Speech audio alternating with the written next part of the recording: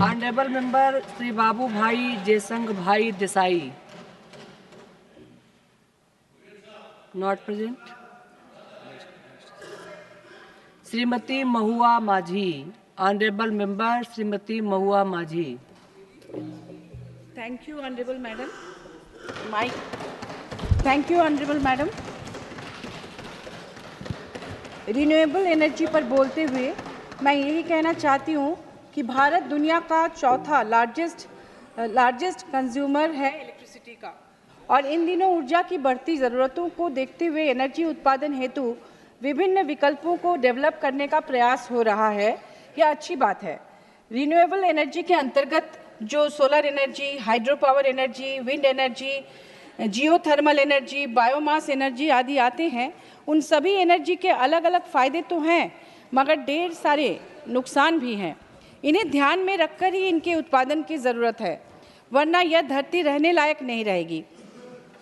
Green gas उत्सर्जन की वजह से वैसे ही ओजोन परत में छेद हो गए हैं, जो तरह तरह की बीमारियां पैदा कर रही हैं। हमें और जनता को पता होना चाहिए कि सोलर एनर्जी से वायु प्रदूषण होता है, जिसमें nitrogen oxide, hydrocarbon, carbon monoxide, सीसा और आर्सेनिक का उत्सर्जन शामिल है। सोलर पैनल के अपशिष्टों का निपटान भविष्य में एक बहुत बड़ी समस्या बन सकती है। इससे काफ़ी मात्रा में ई कचरा बनता है। इन कचरों में मौजूद सीसा और कैडमियम जैसे खतरनाक पदार्थों से मानव स्वास्थ्य और पर्यावरण को बचाने का प्लान करने के पश्चात ही इनका बहुतायत में उपयोग आरंभ करना चाहिए। क्या सरकार ने इसके लिए कोई प्लान बनाया है?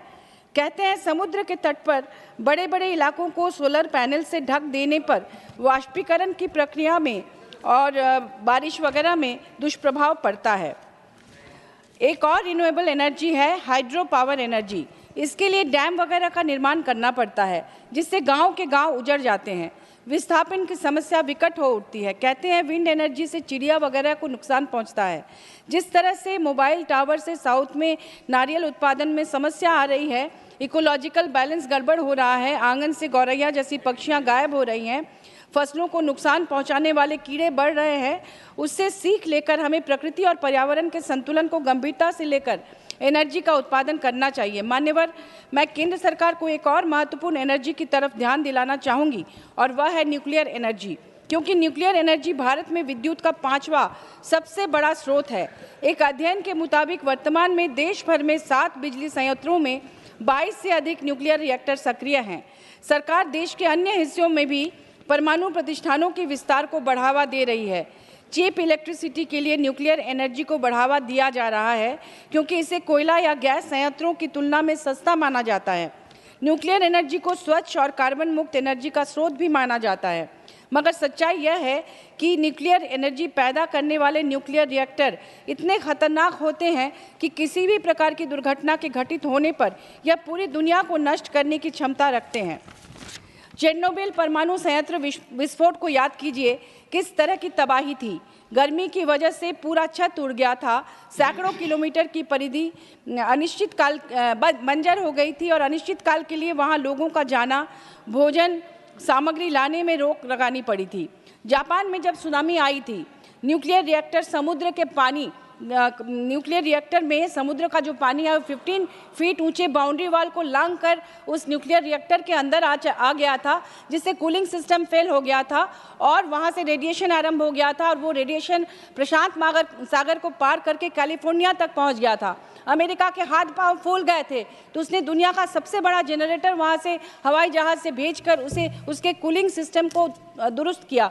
उस समय 50 जापानी साइंटिस्ट उस न्यूक्लियर रिएक्टर के अंदर जब गए थे उसको ठीक करने के लिए, तो वो एक तरह से सुसाइड मिशन पर जा रहे थे। उन्होंने अपने परिवार के लोगों को जो पत्र लिखा था वो हमने पढ़ा था। उसमें लिखा था कि मैं सुसाइड करने जा रहा हूँ एक तरह से, क्योंकि वो रेडिएशन इतना खतरनाक है कि उन्हें पता भी नहीं था कि वहाँ से निकलने के बाद उन्नति होगी। तो मुझे लगता है कि इस तरह से भारत में ध्यान रखना पड़ेगा, क्योंकि बहुत सारे न्यूक्लियर रिएक्टर हैं और आगे भी बनाने के बहुत सारे प्लान हैं। भारत के साउथ इंडिया के कोडाईकनाल में न्यूक्लियर रिएक्टर प्लांट बनाने की बात हुई थी, तो वहाँ के लोगों ने, प्रबुद्ध लोगों ने इसका बहुत विरोध किया था, और उसे अभी वो उन्हीं खतरों को भांप कर अमेरिका दुनिया का सबसे बड़ा परमाणु ऊर्जा उत्पादक है, जो दुनिया की कुल परमाणु क्षमता का 30% से अधिक उत्पादन करता है। चूँकि भारत कई क्षेत्रों में अमेरिका को फॉलो करता है और विकास के पूंजीवादी मॉडल को अपनाता रहा है, इसलिए मैं केंद्र सरकार को आगाह करना चाहती हूँ कि विकास के अंधे दौर में ऊर्जा जरूरतों को पूरा करने हेतु अंधाधुंध परमाणु ऊर्जा परमाणु ऊर्जा संयंत्रों का निर्माण करने आने वाली पीढ़ियों के लिए पर्यावरण संबंधी संकट न पैदा करें। परमाणु रिएक्टर संयंत्रों से निकला ईंधन वेस्ट जो है वो अत्यंत खतरनाक है, इसलिए इसका ध्यान रखकर ही न्यूक्लियर एनर्जी को बढ़ावा दिया जाए। Thank you.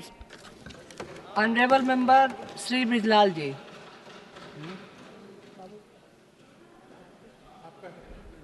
माननीय मेंबर बिजलाल जी। बहुत बहुत धन्यवाद उपसभापति महोदय।